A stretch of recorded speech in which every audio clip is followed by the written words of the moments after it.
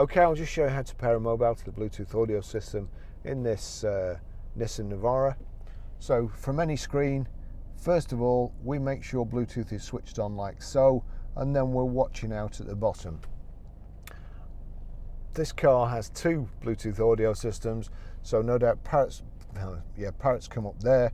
That's not the one we want. So over to the audio system, we click settings, we turn down to Bluetooth, click Bluetooth, and you've got pair Bluetooth devices, click pair. Is the Bluetooth device you are trying to pair a mobile phone? Yes, it is.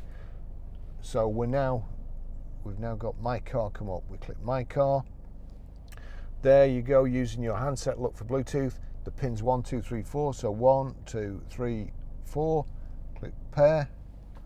Allow contacts and favorites to sync. Allow. Let's see, and it's connected.